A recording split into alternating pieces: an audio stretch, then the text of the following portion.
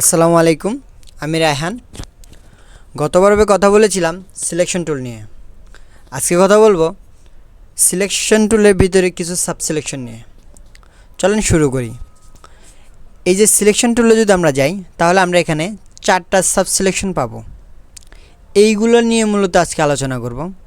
এই যে নামগুলো একটা আমরা দেখি। প্রথমটার নাম হচ্ছে নিউ সিলেকশন, দ্বিতীয়টার নাম হচ্ছে অ্যাড টু সিলেকশন, তৃতীয়টার নাম হলো সাবট্রাক্ট সিলেকশন, আর চতুর্থটার নাম হলো ইন্টারসেক্ট সিলেকশন।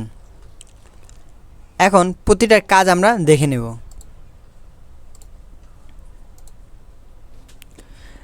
প্রথমত আমরা যদি একটা সিলেকশন নেই, এটা আমার নিউ সিলেকশন আছে। এখন আমি যতবারই সিলেকশন করব ততবারই নতুন নতুন একটি সিলেকশন হবে, কিন্তু আগের সিলেকশনটি থাকবে না, নতুন একটি সিলেকশন হবে। এবার যদি অ্যাড টু সিলেকশনে যাই, তাহলে আমার যে সিলেকশন করা আছে এখান থেকে জাস্ট অ্যাড হয়ে যাবে। এই দেখেন, এই আমার এখানে একটা সিলেকশন আছে, এখানে একটা সিলেকশন আছে। আমি চাইলে এটার সাথে এটা অ্যাড করে দিতে পারবো। তবে এটা ভিতরে অ্যাড হবে না, কারণ এটা অলরেডি সিলেকশন করা আছে। এটা ভিতরে হবে না। ভিতর থেকে যদি আপনি বাইর করে দেন, তাহলে বাইরের অংশটুকু সিলেকশন হবে, কিন্তু ভিতরে সিলেকশন হবে না। আপনার পছন্দ মতো আপনি যেখানে সেখানে সিলেকশন করতে পারবেন। এর পরবর্তী দেখব, যেমন আমি এগুলো ডিসিলেক্ট করে দিই, ডিসিলেক্ট করে দিলাম, একটা নতুন সিলেকশন নিলাম।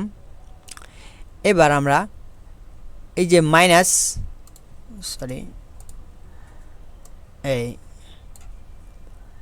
এখন আমরা ভিতরে একটা সিলেকশন মাইনাস করে দেব। দেখতে পাচ্ছেন কার্সারে মাইনাস উঠে থাকতেছে, ভিতরে সিলেকশন। এখন যদি আমি এখানে কালার অ্যাপ্লাই করি, দেখছেন ভিতরে আসেনি, কালারটা ভিতরে আসেনি, কারণ এখানে মাইনাস হয়ে থাকছে। তো এভাবে আপনারা মাইনাস করে ফেলতে পারবেন। চাইলে এখান থেকে আপনারা এটা কেটে দিতে পারবেন সিলেকশনটা, এইভাবে যেরকম প্রয়োজন। এবার দেখাবো 4 নম্বরটা। এটার কাজটা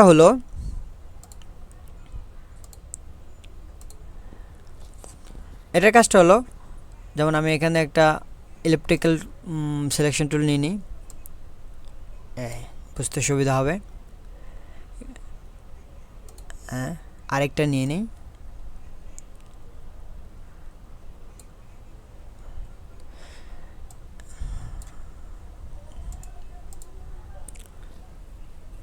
একটা ইলেকট্রিক্যাল টুল নিয়ে নিই।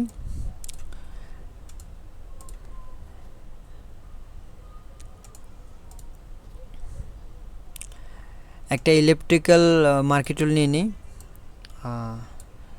এবার দেখতে পাচ্ছেন কমন যে জায়গাটা ওইটাই জাস্ট সিলেকশন হয়েছে।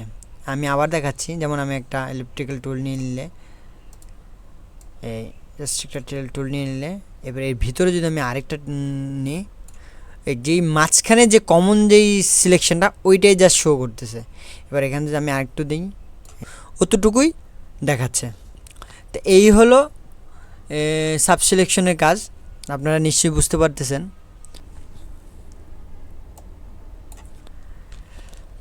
আপনারা যদি কিবোর্ড শর্টকাট ব্যবহার করতে চান, তাহলে অল্টার প্রেস করবেন। অল্টার প্রেস করলে দেখা যাবে কার্সারে মাইনাস চলে আসছে। আবার অল্টার যদি ছেড়ে দেন, তাহলে আপনার এটা আবার পুনরায় প্লাস চলে আসবে। আপনারা চাইলে এখান থেকে অল্টার চেপে ধরে মাইনাস করে দিতে পারেন, এভাবে। এই ছিল সাব সিলেকশন নিয়ে আজকের টিউটোরিয়াল।